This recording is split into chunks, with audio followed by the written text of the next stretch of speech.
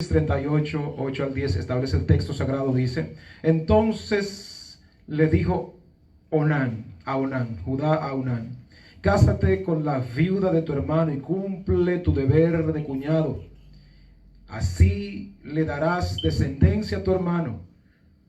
Pero Onán sabía que los hijos que nacieran no serían reconocidos como suyos. Por eso cada vez que tenía relación con ella, derramaba el semen en el suelo y evitaba así que su hermano tuviese descendencia. Verso 10. Esta conducta ofendió al Señor, así que también a él le quitó la vida. Amén. Hago así como un background, esto para poder conectar con todo. Recordamos que en nuestra primera versión estuvimos hablando en el Salmo 46. Señalamos de que unas 71 veces aparece la palabra Selah en el texto sagrado. 4 veces aparece en el libro de Habacuc, en el capítulo 3, donde justamente se hace este cántico de Habacuc, señalando, ¿verdad? Y como dice él, al músico principal, pues fue dando notas, y así fue dando la palabra. Y el término Selah que decimos, ¿verdad?, que se traduce un alto, un stop o una pausa musical en el orden de los músicos, un interludio musical, ya sea para elevar la voz en un tono más alto en la siguiente estrofa, y esto lo hablamos de que es como alcanzar la octava, ¿ya? La octava, ese sería el Selah para el elemento. O de repente de situaciones negativas que están ocurriendo, como lo vimos para nuestra segunda versión, y es como cuando era esta muchacha bien maltratada, el caso de Tamar, al casarse con Ern la maltrataba, por esto Dios lo mata, luego le entregan a Onán, como leemos acá el texto. Onán dice ante el padre que se va a casar con ella, los ancianos, se casa con ella, la recibe, pero hace todo exactamente lo opuesto a lo que debió ser el ideal, el compromiso asumido y acatado para este momento. Por lo que entonces tiene que producirse el Selah. El Selah porque era pequeño, el Selah porque era un infante, el Selah porque no podía casarse con la cuñada de sus 2 hermanos anteriores o la esposa de sus hermanos anteriores, porque era muy pequeño. Así que Judá le dice: vete a la casa de tus padres, vive allí como una viuda hasta que Selah crezca, yo te lo puedo entregar en matrimonio. Ojo con ello. O sea, ¿qué edad tenía Tamar? Promediaba quizás entre los 30 años. ¿Cuánto tenía Selah? Quién sabe si apenas 10, 12 años. O sea, calcule usted cuánto tendría. Así que no importaba la edad, sino cumplir el compromiso de la ley del derivato o el matrimonio del derivato.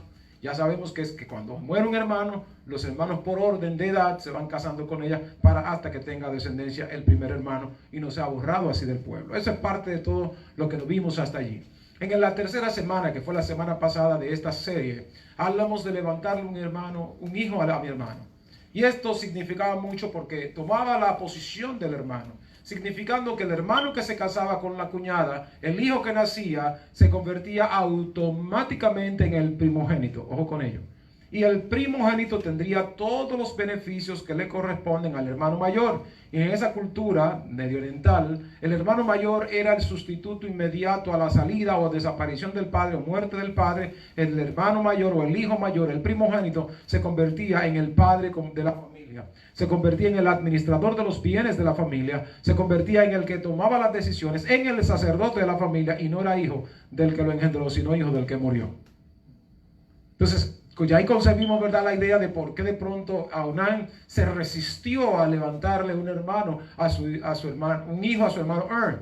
Porque él decía: no va a ser reconocido como mi hijo, uno. Segundo, va a ser a la larga el heredero mayor, porque le tocaba el 50% de todos los bienes acumulados del padre. Y en segundo caso, también se convertía en el jefe de la familia y en el sacerdote de todos, aunque fuera su propio hijo. ¿Usted escuchó? Esto obviamente corresponde y sirve para podernos conectar a la lectura y al tema del día de hoy, para ubicarlo allá. Y recordamos que leíamos en el libro de Levíticos la semana pasada que cuando esto se hacía, se negaba a hacer de esta manera, una de las cosas que tenía que producirse era que la viuda o la esposa de este individuo, que al no querer levantarle hijo a su hermano fallecido o al esposo de esta mujer, ella lo denunciaba a los ancianos de la puerta. Recuerden que los juicios no eran un tribunal, los juicios se hacían en la puerta de la ciudad, donde los hombres de dignidad se sentaban. Recuerda usted Proverbios 31, que el marido de la mujer, aquella virtuosa, se sienta a las puertas y es reconocido entre los ancianos del pueblo. O sea, era un juez el esposo de esta mujer de Proverbios 31, según narra la mamá de Lemuel, que escribe el Proverbios 31. A nota de esto, Pues bien, esta muchacha llevaba al cuñado que no quería redimir a la puerta y ante los ancianos le gritaba, él no quiere. Los ancianos lo llaman, lo interpelan para hacerlo entrar en razón. Si el tipo no obtemperaba, lo siguiente que se producía era que ella le quitaba un zapato, le escupía en el rostro y a partir de allí se estigmatizaba el individuo como el descalzo. O sea, la humillación más grande para un hebreo era escupir en el rostro. Eso me da tema para un próximo mensaje, así que eso se lo dejo aquí también.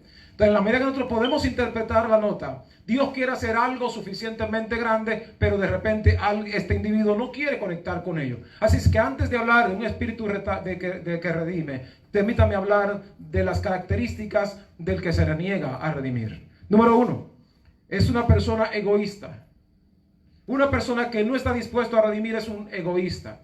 Y sabemos que el egoísmo es aquello que está centrado en sí mismo, en cómo me convienen las cosas, en que yo no quisiera compartir esto con nadie, o yo no quisiera tener como que darle a alguien. O sea, esto no entra en el propósito divino.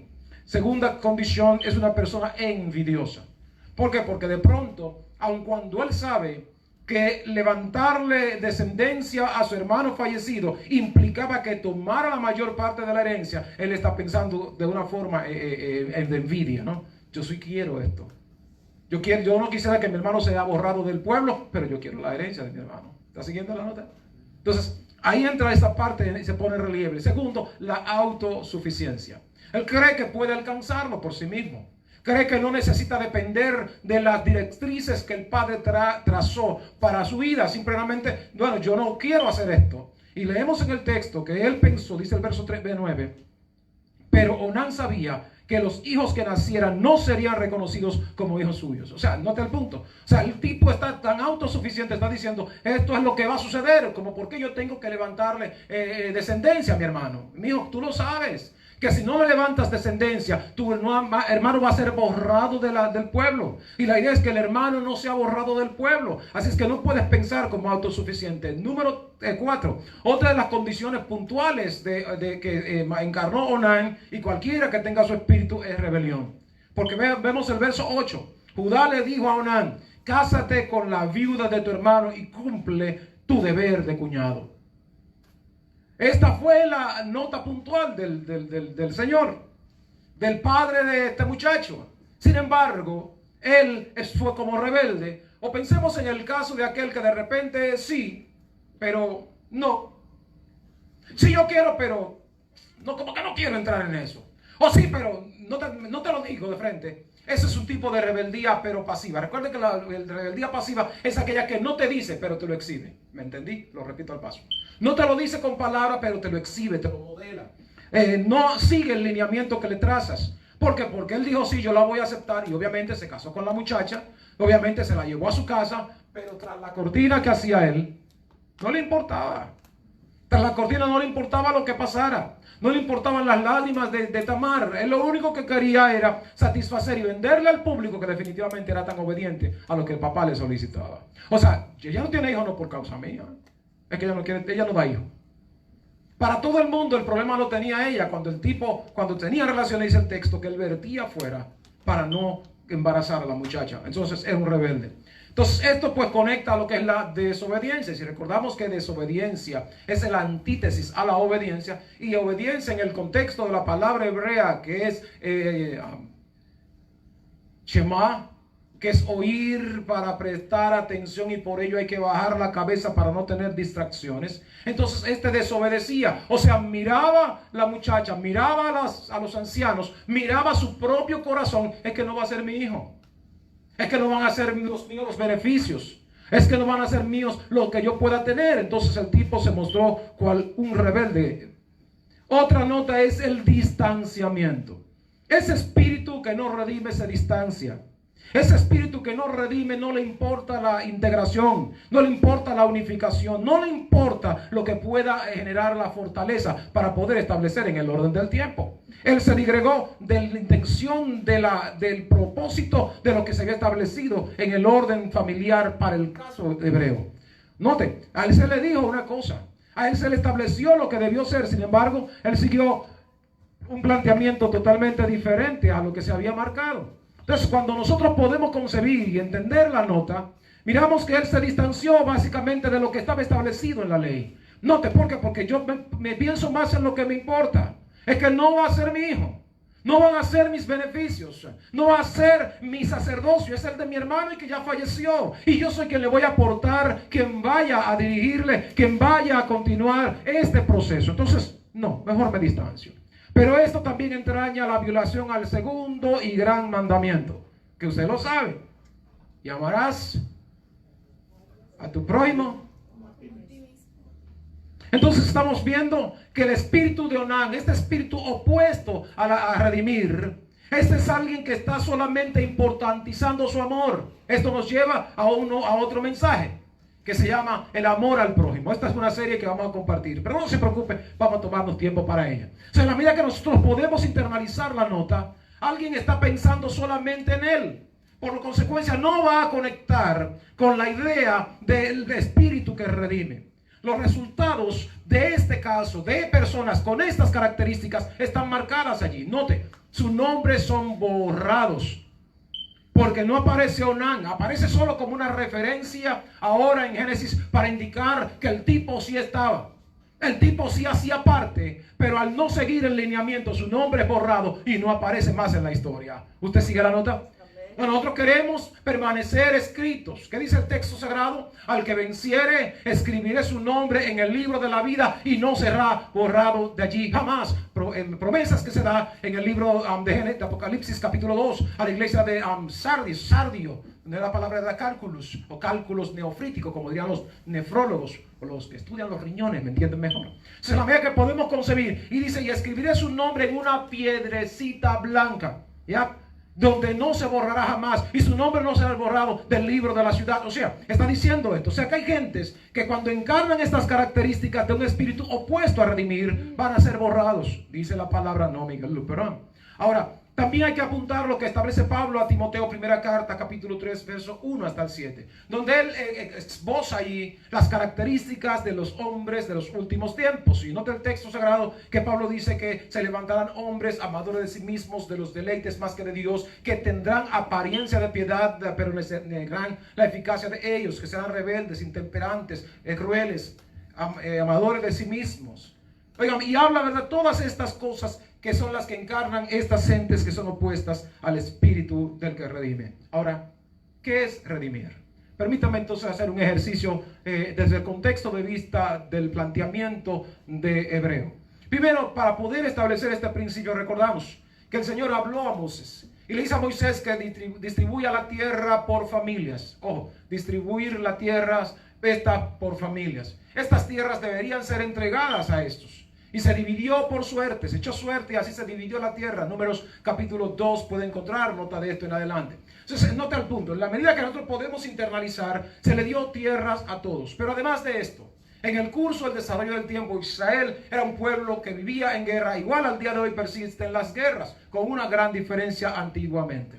Antiguamente las guerras se daban y se generaban lo que eran las cautividades, los cautiverios, llevarse cautivo a las personas. Para poder redimir a esas personas, traerlas de regreso, tenía que aparecer alguien que pagase, cual si fuese alguien que fue secuestrado, y ponen para poderle devolver una cantidad de dinero para el rescate. Pues justamente esto sucedía. Levíticos capítulo 16 hasta el 23, que nos habla de la fiesta de Pentecostés y la fiesta de la remisión, implicaba que cuando de momento se producía el que una familia, una tribu de estas, empeñaba, hipotecaba su herencia o su heredad para poder traer de regreso esta heredad. Si esta familia no tenía capacidad económica para poderla redimir o tomar de vuelta, tenía entonces que trabajar como esclavo por 7 años para poderla lograr. En el año del Pentecostés, después del 49º año, va a entrar 50 años, que era Pentecostés, entonces se iba a devolver la tierra. Ojo,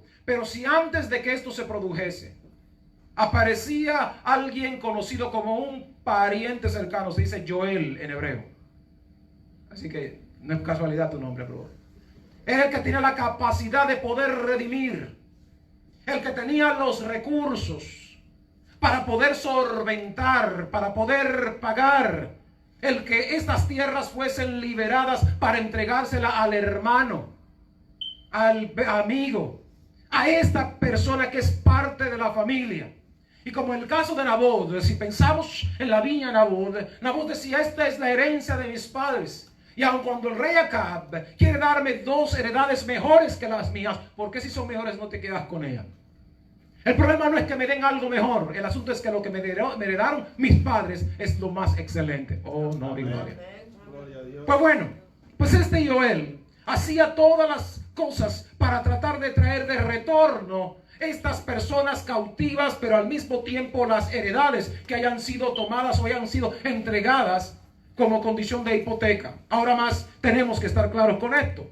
Me permito entonces entrar de una vez a nuestro tema en cuestión. Esto era solo la introducción. Ahora lo demás es un poco más rápido, pero yo quiero que usted vaya conmigo. Nosotros ahora pertenecemos a las tribus de la familia de Dios, porque hubo alguien que se atrevió. Hubo alguien que desde el cielo, y ya lo vimos la semana pasada, tomó un lugar que le correspondía a Adán. Y recuerde usted que dije la semana pasada que Adán no podía calificar para dar hijos de acuerdo a la naturaleza del Padre. ¿Me escuchó? Lo repito. Recordamos que, como dice Romanos 3:23, por cuanto todos pecaron, están destituidos de la gloria de Dios. Al estar separados, distanciados de la gloria de Dios, todos los hijos que nacen de Adán son hijos que nacen en pecados y por consecuencia hijos que nacen bajo maldición. ¿Okay? ¿Se me siguió? Bajo maldición. No calificábamos para estar en la posición de los primogénitos o de los hijos herederos del Padre. Por ello Cristo se humanó. El Maestro se humanó, renunció a sus prerrogativas divinas, renunció a ella. Filipenses 2, verso 5 en adelante, Pablo hace una recomendación igual a los filipenses en aquel momento de conflicto entre 2 diaconisas, Síntique y Evodia. Hoy nos las hace a nosotros, que a veces tenemos riñas entre nosotros. Haya pues en ustedes el mismo sentir que hubo también en Cristo Jesús, el cual, siendo en forma de Dios, no estimó el ser igual a Dios como cosa que aferrarse, sino que se despojó, haciéndose obediente, llegando a la condición de hombre, haciéndose obediente hasta la muerte y muerte de cruz. O sea, y tomó nuestro lugar. Por ello Pablo le hace entonces un paralelo, le hace un prototipo con el tipo. Entonces el primer Adán, el prototipo. El tipo entonces es el segundo Adán, Cristo. ¿Por qué? Porque en el primer Adán todos mueren, hijos y reos de maldición, condenación eterna a la muerte. Pero en el postrer Adán todos vivimos. Entonces, si en Cristo todos vivimos, Él tomó el lugar. Y como dice Pablo en Hebreos capítulo 9,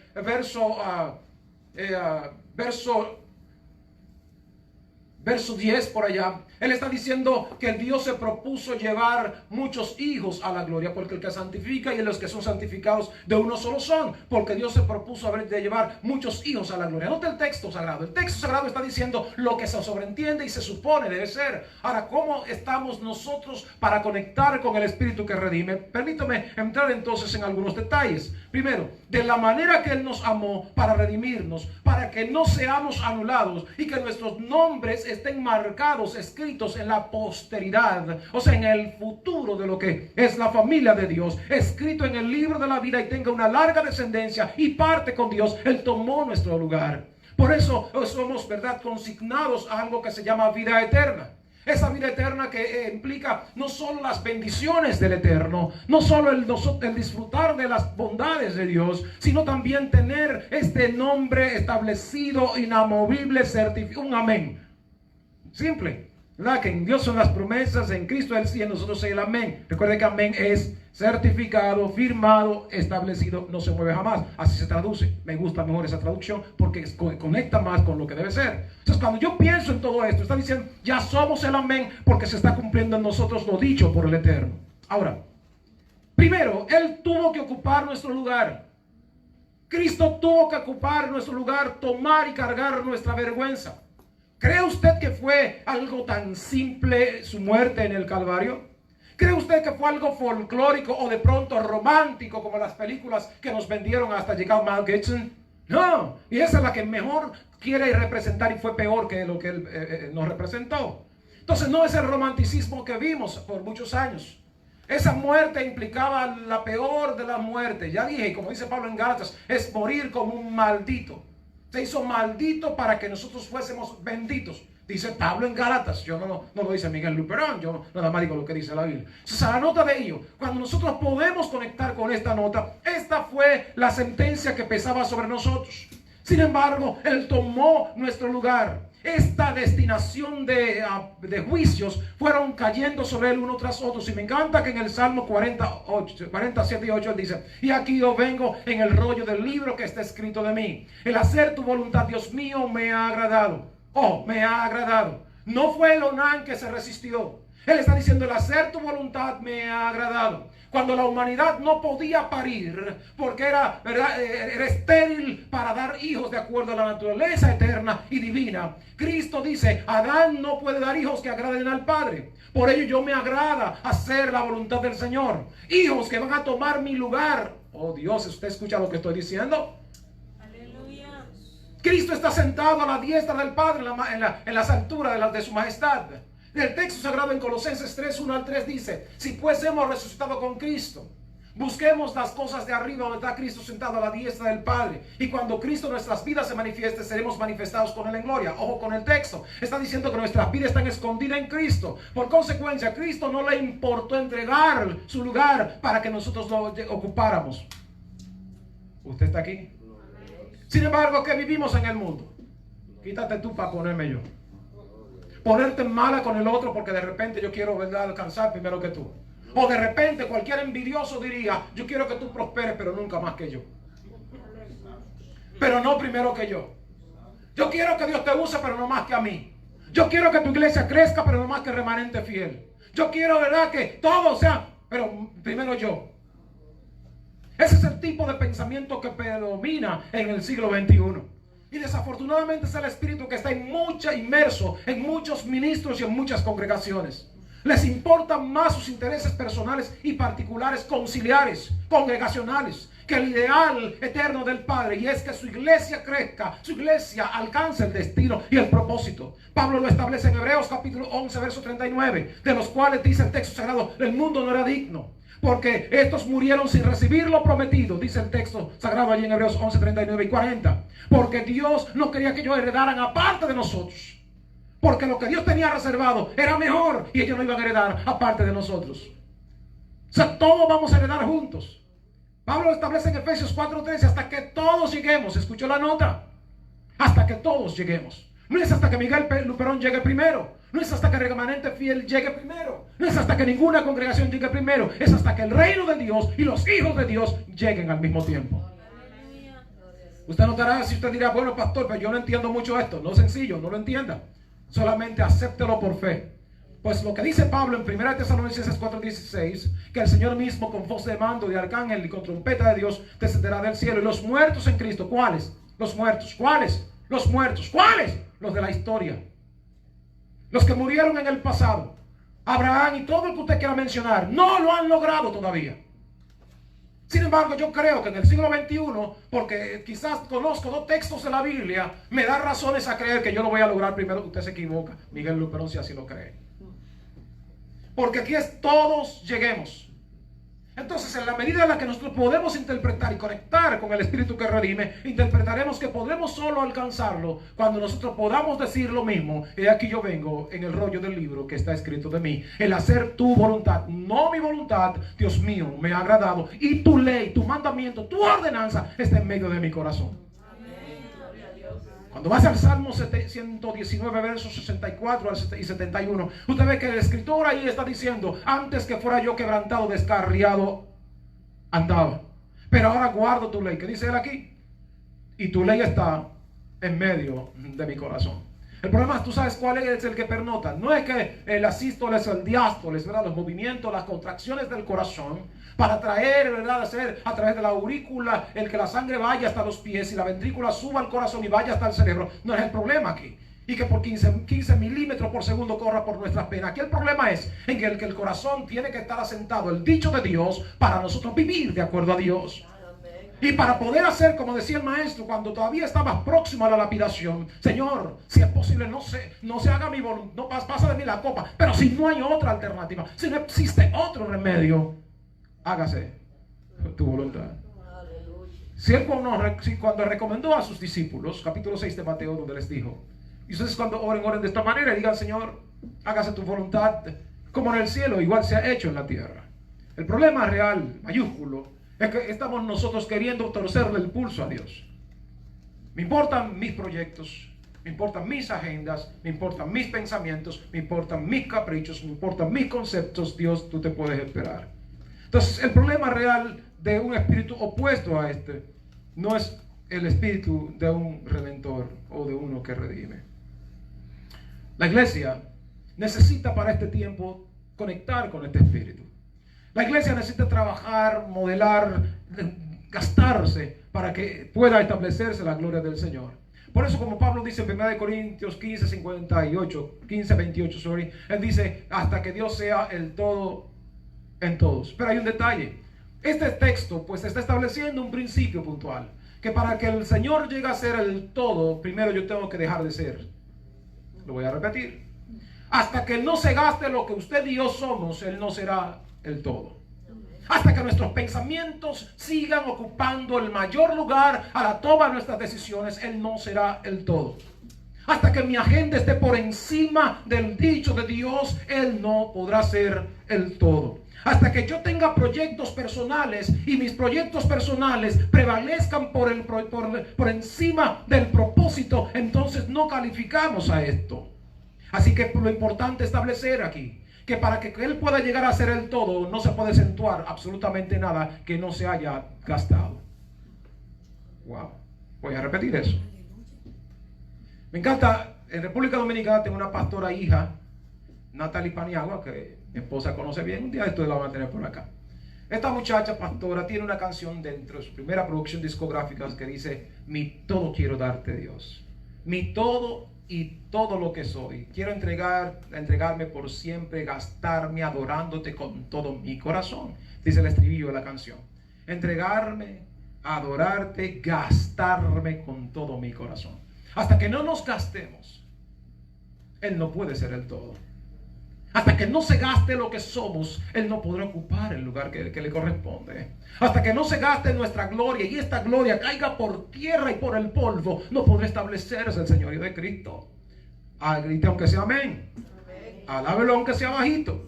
Entonces es importante que nosotros sigamos observando todo esto para poder conectar con esto. Por ello, para poder entrar en el espíritu del reino y el espíritu del evangelio, hay que gastarse. Hay que gastarse para la gloria del Señor. Hay que gastarse por entero hasta que Él ocupe todo. Y esto es fundamental. Porque si Cristo debe haber en nosotros la plenitud de Cristo, como dice Pablo en Efesios, igual establece en Colosenses, hablando de la plenitud de Cristo. En griego es la pleroma, o sea, el que lo llena absolutamente todo. Mientras Él no lo llene todo, no ocupe cada área, rincón, agenda de nuestra vida, pensamientos, ideales, proyectos, intenciones, entonces no calificamos para la generación. No calificamos para el Espíritu Redentor. Aleluya y a su nombre. Aleluya. En el Espíritu del Reino se piensa primero en Dios. En el Espíritu del Reino se piensa primero en darle la importancia al Dios invisible antes que a lo visible. Y esto es fundamental, porque a veces estamos pensando nosotros en cualquier cosa y no en lo que corresponde al propósito de Dios. Y esto no corresponde al ideal de lo que Dios estableció. Para poder ser colaboradores y contribuir en la obra divina necesitamos encarnar este tipo de pensamiento. En el reino no se vierte en tierra. Voy a repetir esto otra vez. En el reino no se vierte en tierra. En el reino no se vive de apariencia. En el reino se adora o no se adora. Voy a repetir esto una vez más. En el reino se adora o no se adora. No hay simulación. Y recuerde usted que si la palabra adoración, gitawa en hebreo, boda que se consuma en griego, usted puede estar consciente que cuando Onán entraba con Tamar a la habitación, no había adoración allí. Había una simulación. Ya le he dicho, no, adorar no es tener un cántico. Adorar no es ejecutar y tocar un instrumento con mucho conocimiento o capacidad. Adorar implica las decisiones, la vida que vivimos en todas las áreas. Y como dije ayer en una transmisión, no existe vida secular para el que sirve a Dios. No existe. El creyente tiene que estar siendo creyente donde quiera y como quiera y en lo que quiera que esté. Por tal razón, si estoy en mi casa, tengo que ser un adorador. Si voy al trabajo, tengo que ser un adorador. Si voy a la universidad, tengo que ser un adorador. Si voy al mall, tengo que ser un adorador. Si voy en el avión, tengo que ser un adorador. Si voy en carro, en taxi, en bicicleta, tengo que ser un adorador. El espíritu del que redime tiene que estar conectado a la adoración 24/7.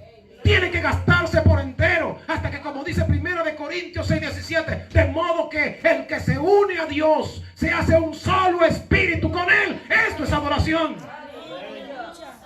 Hacerse un espíritu con Dios, entendiendo que el que es mayor y más fuerte predominará, y creo que Él sigue siendo el todopoderoso Dios. Por consecuencia, cuando entramos en una adoración con Él, dejamos de ser nosotros, y ahora quien vive es Él a través de nosotros, para gloria de su nombre. El espíritu del que redime tiene, verdad, que estar marcado por principios bien claros, por principios que congruenten con lo que Dios estableció y no en lo que nosotros pretendemos y creemos. Porque, como he dicho y he repetido a la saciedad, al cielo no se llega con buenas intenciones. Gloria al que vive, aleluya. Tómese su tiempo y dijera esto. Yo lo repito otra vez.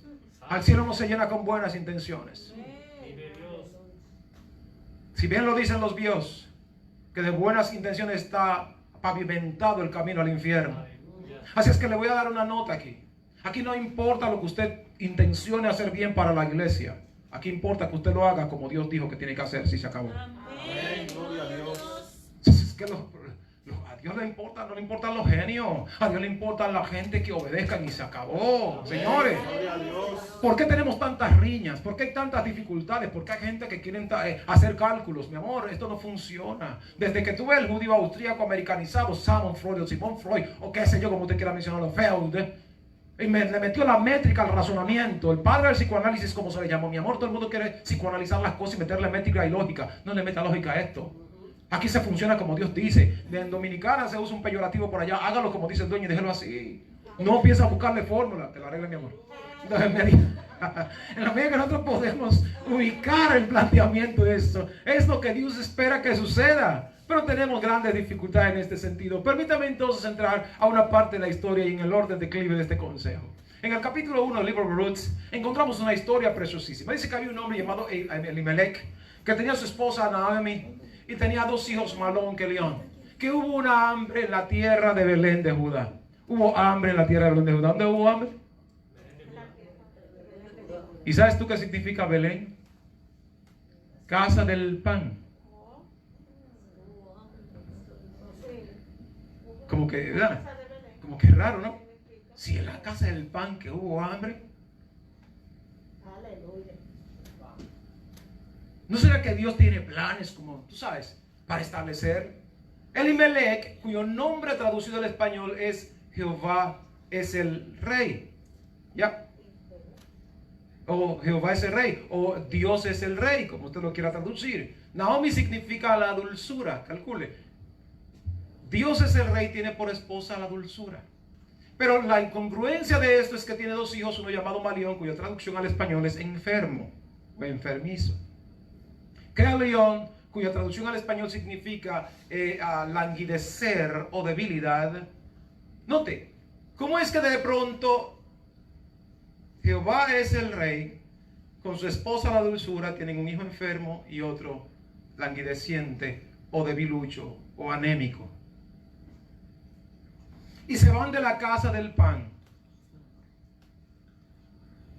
para la tierra de Moab. Cuando Moab, Ab es padre, Moab habla salido del padre, la traducción al español. Entonces, cuando entonces tomamos la idea y nota, estos se van de la casa del pan a esa casa de quien salió del padre. Y recordamos que es de la relación de la hija de Lot con su padre, nace Amón, ¿verdad? El mayor de ellos. La nota de este principio donde quiero conectarles con esto, dice que se van hasta allá a Moab y que consiguen allí 2 preciosas muchachas, una de ellas llamada Ruth, al español, amiga. Malón se casa con una amiga. Usted toma la nota de lo que le estoy apuntando aquí. Una amiga. Así es que hay que tener cuidado los hermanitos solteros, jóvenes, que no sean amigas, que sean de la casa, que sean hermanas. Y salió de la casa del pan a la casa, a lo salido del padre. Pero luego entonces que León se casa con otra muchacha llamada Orfa, traducción al español, lozanía de juventud. ¿Es así? O sea que ahí Mary Kay no tenía beneficios, ¿cierto? Porque había una lozanía de piel, había muy buen colágeno en esa piel. Eso era Orfa, y yo quiero que tomes en cuenta todo esto. El texto sagrado dice que avanzando el tiempo, muere Malán, muere Caleón, muere Elimelech y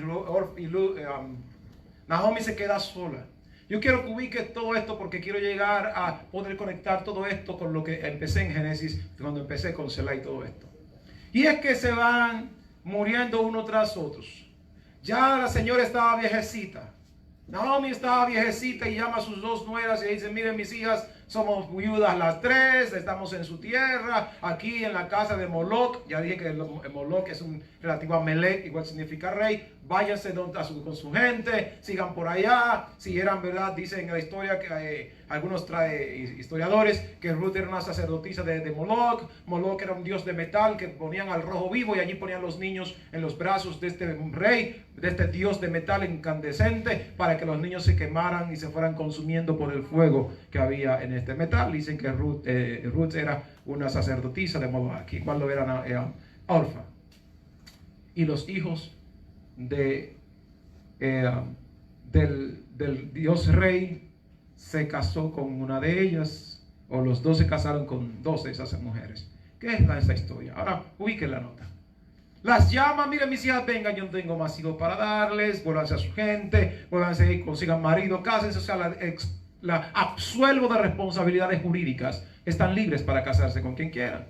Conocemos la historia. Note que Orfa, aquella cuya traducción es lozanía de juventud, o sea, yo soy una muy buena mami, yo me puedo ir, me consigo otro varón por ahí, yo me veo bien. El pensamiento predominante de muchas chicas, de muchas mujeres en este tiempo. ¿Así o no es así? No hay problema, yo tengo todo el tiempo para explicar esto si usted quiere. ¿Por qué se están deshaciendo ahí relaciones y matrimonios? Porque muchas mujeres se creen que están muy bien, o sea, yo me veo muy bien. La nota es que de repente sucede que en el mundo sí dicen: bueno, se ve muy bien, pero ¿para qué las quieren? Para lo propio, porque nadie puede atraer a menos que sea dentro de su misma naturaleza. Por eso muchos matrimonios se van a la quiebra. Por eso muchos no interpretan la necesidad de poder redimir aún aquello que de pronto se murió. Si se murió, si acaso, si el amor se muere, yo no sé, yo eso no lo conozco, porque el texto sagrado dice algo diferente en 1 Corintios 3:8, que el amor nunca dejará de ser, es lo que dice el texto. Pero bueno, se dan estos detalles, así que bájele un poquito a ese nivel de creerse la super mami. No, eso no funciona. Entonces notamos esto, se van dando estos acontecimientos, pero Ruth le dice a Naomi: mira, no me pides que te dejes, ya conocemos toda la historia. Esta chica tenía un espíritu, primero un espíritu de abnegación, un espíritu de pensar en sí misma, estaba libre del egoísmo. Esto está contrastando entonces con la vida de Orfa. Orfa pensó primero en cómo ella debía estar, esta pensó en cómo ella se veía, se miró quizás 60, 90, 60, I don't know, o 90, 60, 90, pero era la medida, salvo las latinas, ¿verdad? Que son 90, 60, 300. A la medida que pensamos y miramos, concibiendo la idea puntual del programa divino, Ruth dice: no, yo me voy contigo. Tu pueblo será mi pueblo, tu Dios será mi Dios. Donde tú vivas, viviré. Donde muera, allí mismo moriré. No oiga lo que está diciendo. Ella renunció a todo. Esta mujer aplicó el mismo principio que Cristo aplicó, dejando a su madre, dejando a su familia, dejando a todos aquellos con los cuales ella convivía y con quienes había crecido. Ella se levantó y se fue para seguir a Naomi, para irse a un pueblo distinto y diferente. Pero mire ahora lo que sucede. En el capítulo 4, verso 1 establece esto.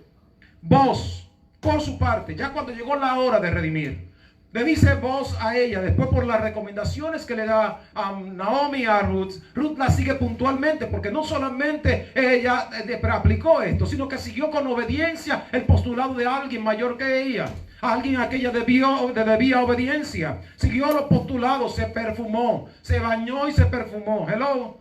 Esto tiene un principio. Recordamos hablaría de esto, de la unción, que de los niveles de la unción, y en el Ruth se aplica esto, capítulo 3, como ella se ungió, ya se puso el perfume, se llama massage, la palabra hebrea allí, pero también lo dejo hasta allá, de donde viene la palabra Mesías. La nota. Y ella se ungió y se acostó a los pies de Boaz, que era un señor mayor. Ruth era una muchacha, una joven mujer. Y Boaz le dice, muchacha, ella le dice, pero cúbreme con tu manto. Esto tiene un sentido espiritual y lo quiero dejar allí porque tendría que hablar mucho y digregarme un poquito. Pero notamos que él le dice, bueno, está bien, y la cubre. Mira, mañana temprano yo tengo que hablar con el pariente que te toca redimir, al Joel que le toca redimirte a ti. Si él se niega a redimir, entonces yo voy a asumir las responsabilidades. Pues ciertamente dice entonces el verso 1 del capítulo 4, Boaz por su parte subió a la puerta de la ciudad y se sentó allí. En eso el pariente redentor que él había mencionado le dijo, ven acá, amigo mío, siéntate, le dijo Boaz. El hombre fue y se sentó. Entonces Boaz llamó a 10 de los ancianos de la ciudad.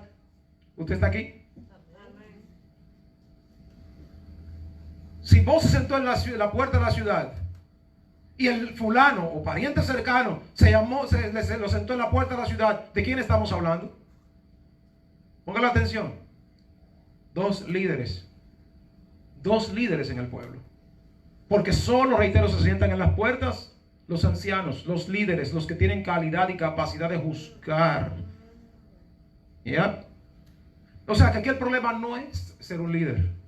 Aquí es hacer lo correcto. Se sentaron. Entonces Boaz llamó a 10 ancianos y les dijo, siéntense aquí. Y ellos se sentaron.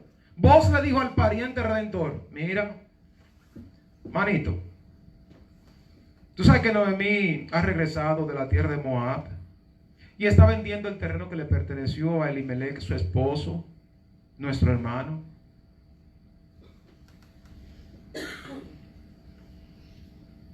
¿Qué te parece?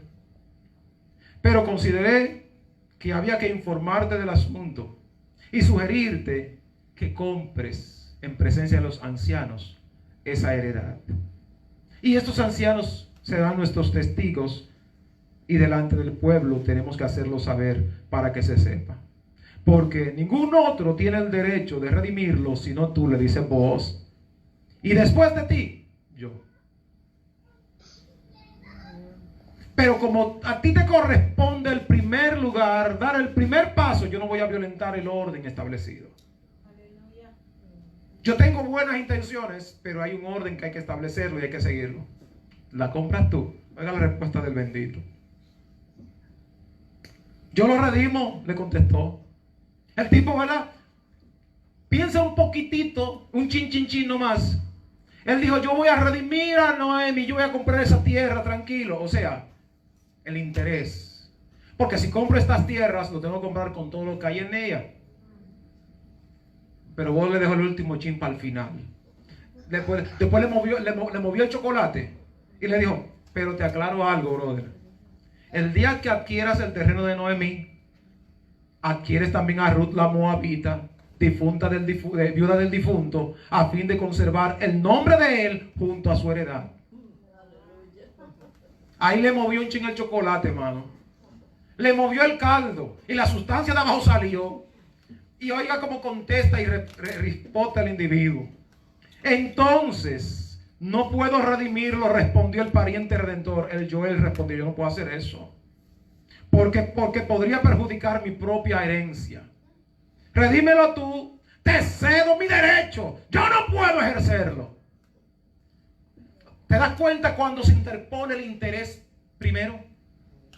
O sea, si yo voy a tomar la tierra, pues chévere, yo puedo ampliarla. Yo puedo sumarla quizás con la mía. O decir, puedo ampliar mis hatos de cerdos, mis vacas, mi corral. Lo puedo hacer más grande. Quizás hacer una casa más grande. Y tener todo esto. Pero cuando le ponen el nombre de la Moabita. ¿Por qué le digo la Moabita, verdugo? Déjalo con Ruth, de pronto está chévere. Pero cuando la Moabita se habla del pueblo. No, así no, varón. Yo no voy a redimir. Ahora, yo quiero que notes esto. No es casualidad que el nombre de este hombre que se negó a redimir, se le llame como fulano. No tiene un nombre. no se menciona su nombre. Si omite su nombre, su destino, su derecho, su participación, no tiene genealogía en el pueblo. Su nombre no es importante, no es fundamental. ¿Me escuchó? Solo el nombre del que tiene espíritu, del que redime, va a ser registrado en la historia. Gloria al Dios del cielo. Solo el nombre de aquel que se atreve a decir: no importa si yo pierdo mis derechos, yo quiero que mi hermano tenga derecho, yo quiero que mi hermano tenga un lugar, yo quiero que mi hermano ocupe el lugar, yo quiero que mi hermano crezca, que mi hermano se desarrolle, que Dios le use, que Dios haga cosas con él tremendas. No, pero entonces de pronto los problemas mayúsculos son nuestros cánones. Pero mire qué pasa, verso 7. En aquellos tiempos, para ratificar la redención o el traspaso de una propiedad en Israel, una de las partes contrastantes le quitaba la sandalia o el calzado a la otra parte, y así se acostumbraba a legalizar el contrato en Israel. Por eso el pariente redentor le dijo Boaz: cómpralo tú. Se quitó la sandalia y se la dio. Entonces Boaz proclamó delante de los ancianos y de todo el pueblo: hoy ustedes son testigos, hermanos, de que este no quiere redimir. Ustedes son testigos de que él renunció al derecho. Miren la sandalia aquí. Mire la sandalia aquí. Así es que yo compro la tierra a Noemí y me caso con Ruth, la esposa de Malón, y así redimo entonces a Elimelech, a Malón y a Kelión. ¿Alguien me escucha la nota? Tremendo es esto. Entonces dije, ¿verdad?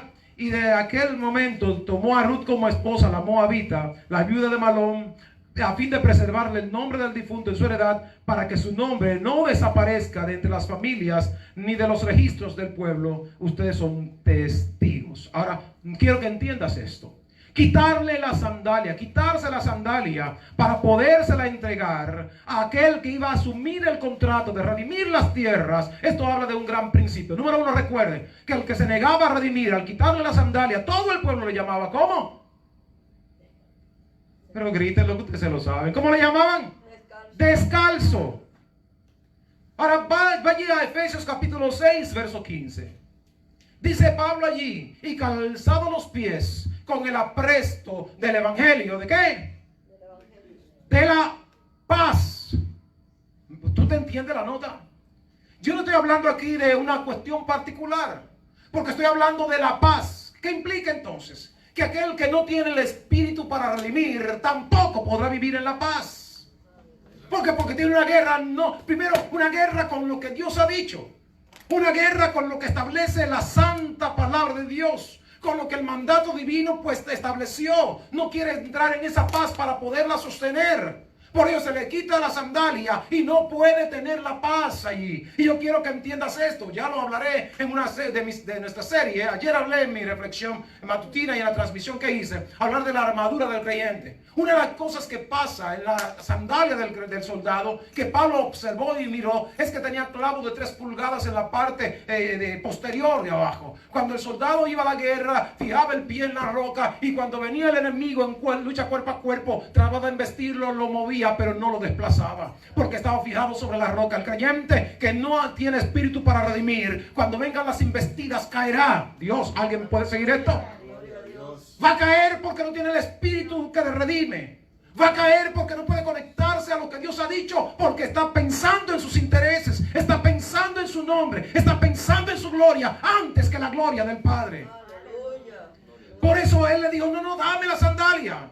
Dame la sandalia delante de todos esos ancianos testigos, no de cualquier muchacho, ancianos.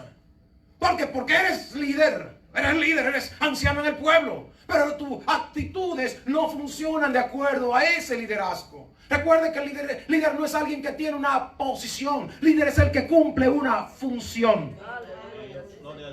Pero eso lo pongo, ¿verdad?, capsulado ahora. Nuestra escuela de líderes prontamente la abriremos. Ya estamos en esto, casi ya. Estamos trabajando con la licencia. Pero viene nuestra escuela de líderes para formar las generaciones de líderes que Dios nos permita formar. En la medida que podemos interpretar lo que Dios quiere, Dios está trabajando en alguien y puede trabajar con alguien que puede echarse a un lado para dejar que el Padre pueda establecer el orden y su voluntad y propósito. Por ello, puedo seguir mirando algunos detalles más.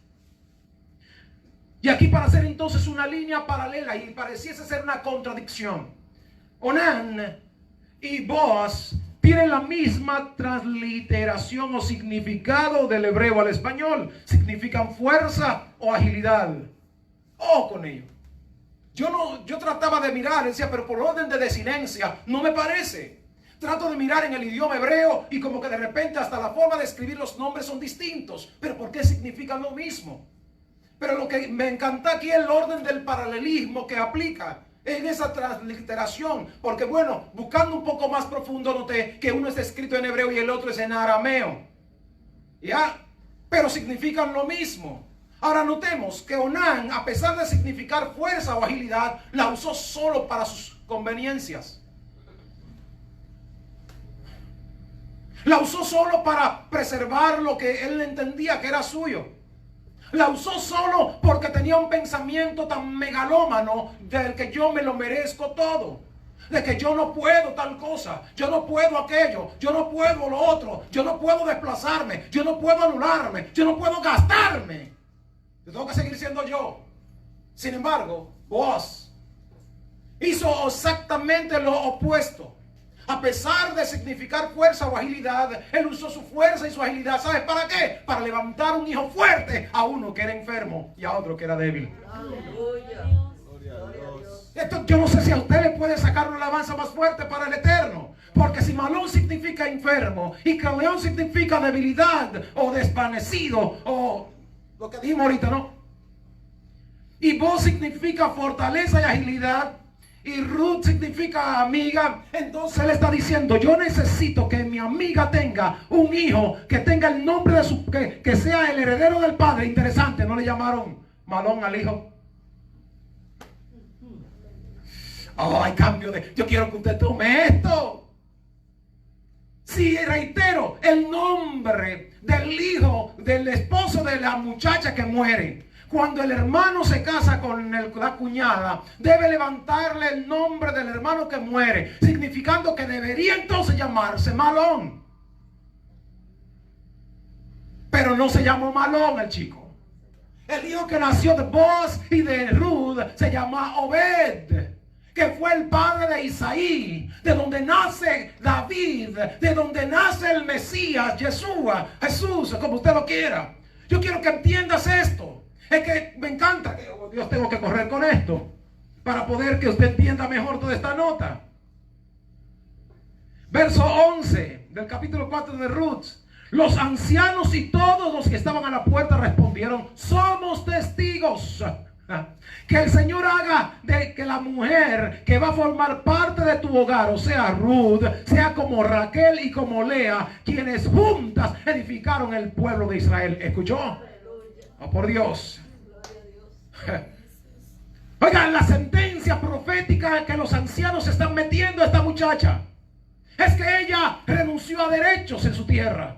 Ella renunció a su belleza y a su juventud por seguir a una anciana sin futuro, aparentemente.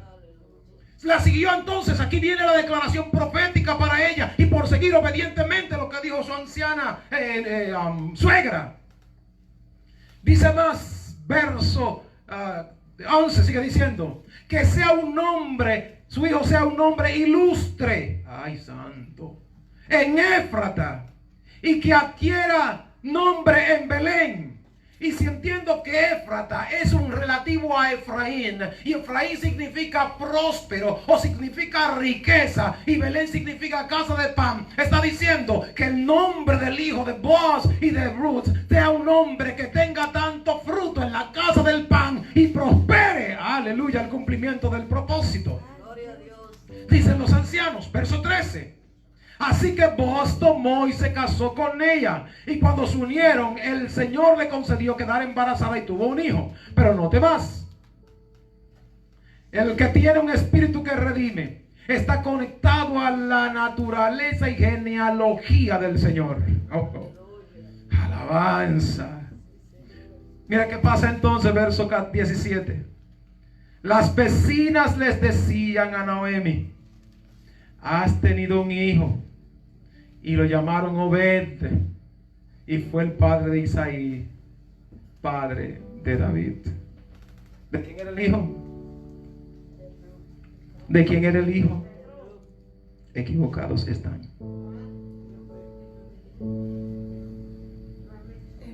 Vuelvo al verso 17. Y las ancianas se acercaron a Noemi y le dijeron: has tenido un hijo varón.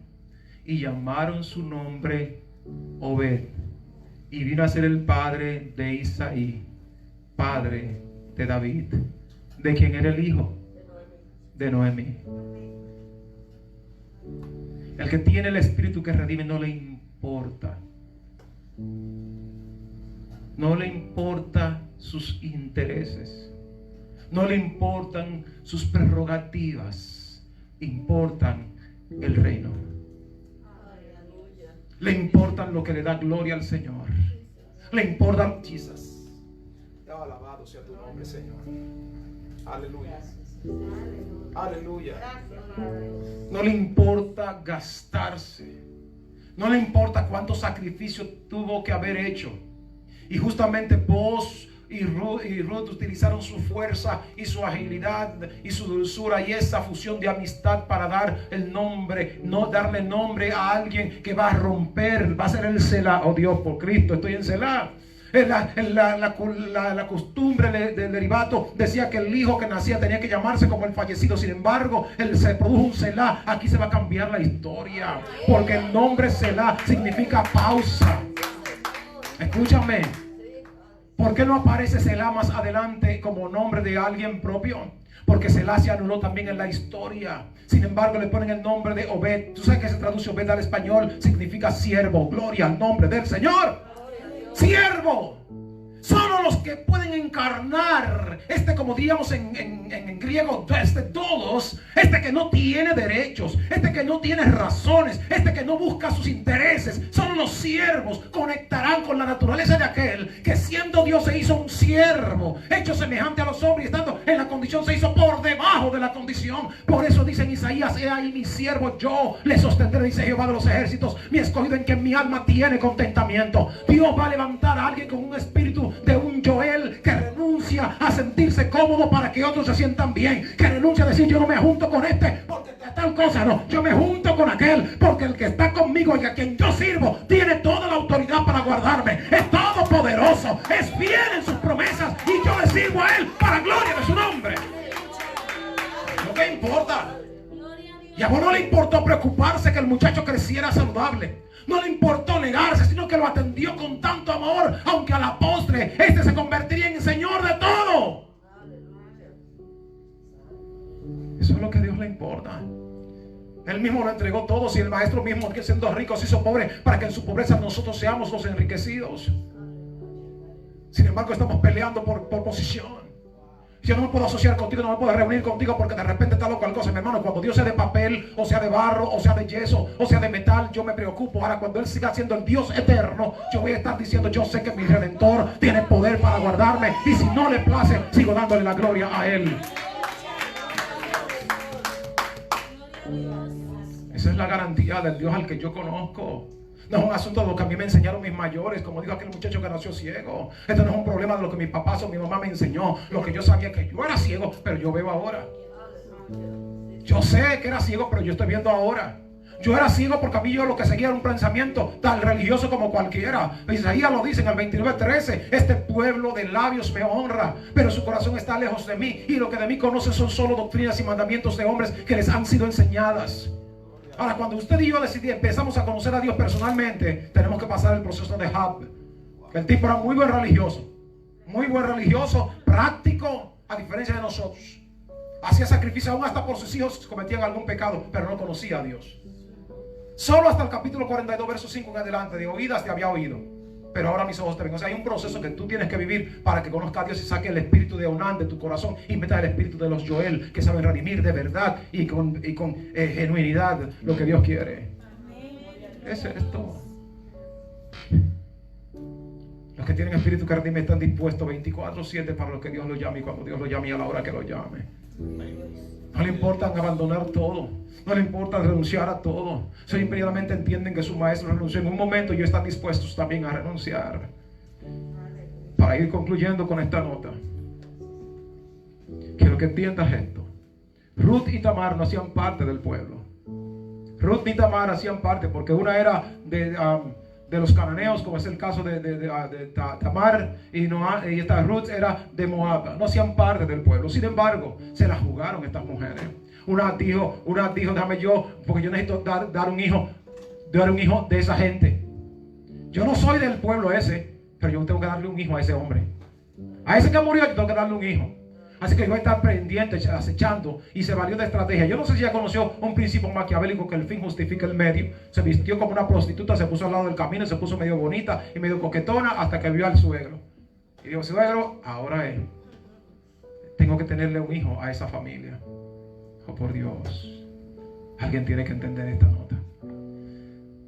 Para que sea del reino, un hijo del reino, hay que parir un hijo del reino.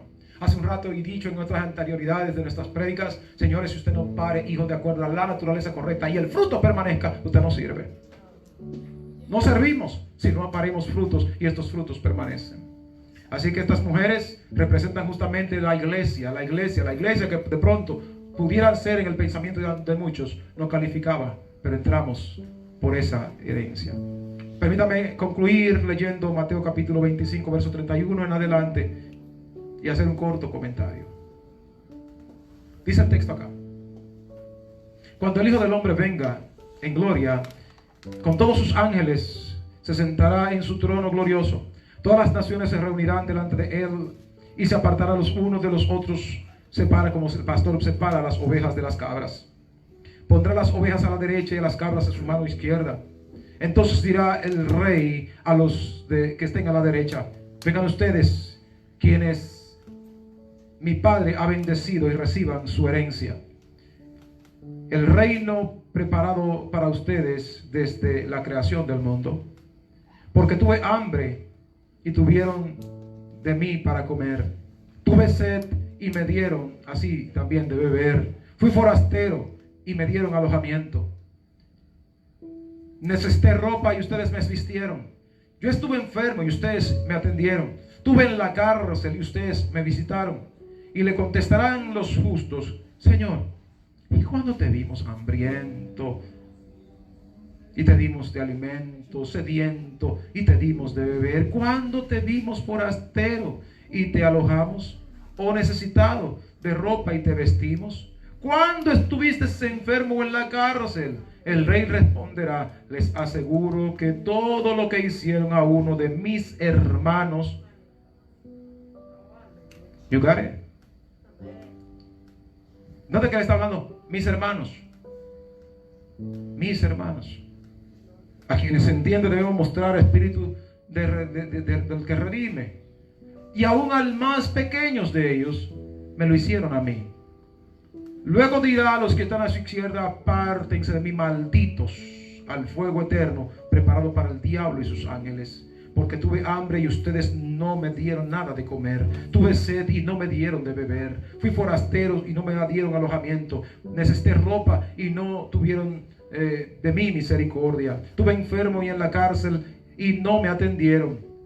Entonces también a ellos le contestarán: Señor, ¿y cuándo lo hicimos? ¿Cuándo te vimos así, asado? Él le dice: les aseguro que todo lo que no hicieron por el pequeño de mis hermanos, tampoco lo hicieron a mí.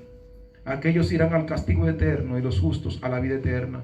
Por lo que el espíritu del que redime tiene obediencia, es sumiso, tiene amor al prójimo, se integra en lugar de separarse o de desunirse, no tiene egoísmo. Así que su entrega es sincera y completa y no busca lo suyo propio. Ese es justamente el espíritu que el Señor espera que haya en su iglesia. Y como he dicho en más de una oportunidad, el escuchar el consejo de la palabra del Señor nos convierte justamente en corresponsable de lo que de aquí en adelante suceda. Porque de pronto escuchar el consejo de la palabra del Señor y ubicarnos en Mateo capítulo 13, decidimos cuál va a ser la tierra de nuestros corazones. Si va a ser fértil o va a estar llena de piedras, es nuestra decisión. Si va a tener espinos y dejar que lo ahoguen los afanes de nuestra cotidianidad o nuestros intereses particulares, no calificaremos este principio. Pero si nosotros somos de los que tenemos el Espíritu del que redime, diremos permanentemente: yo no tengo ninguna razón, yo no tengo ningún derecho. Mi hermano necesita mi mano, yo le voy a darle la mano. Mi hermano necesita que yo esté ahí, yo le voy a dar la mano. Tenemos que trabajar la fortaleza, pues vamos a unirnos, a congregarnos para hacer lo que corresponde. Porque solo cuando avanzamos como congregación, solo cuando avanzamos como familia, solo cuando entendemos el gastarnos yo para que Cristo pueda crecer y ser el centro y el todo sobre todos, entonces calificaremos para poder decir: me conecto como un Joel, al Joel eterno que se entregó por nosotros, derramó hasta su última gota de sangre para que nosotros fuésemos redimidos. Eso hizo Cristo en el Calvario, eso hizo nuestro Maestro en el Calvario, entregó su sangre allí por usted y por mí. Y me encanta que cuando fui a buscar la palabra consumado es, de las dos acepciones del idioma hebreo al español, la palabra consumado es significa ya se saldó completamente y para siempre la deuda que te tenía cautivo, la deuda que te tenían tus herencias y tus beneficios cautivos, todo aquello que te mantenía pobre, todo aquello que te mantenía triste, todo aquello que te mantenía enfermo. Yo lo pagué, ya todo te es devuelto, porque ya consumado ha sido. Gloria a su nombre. Dele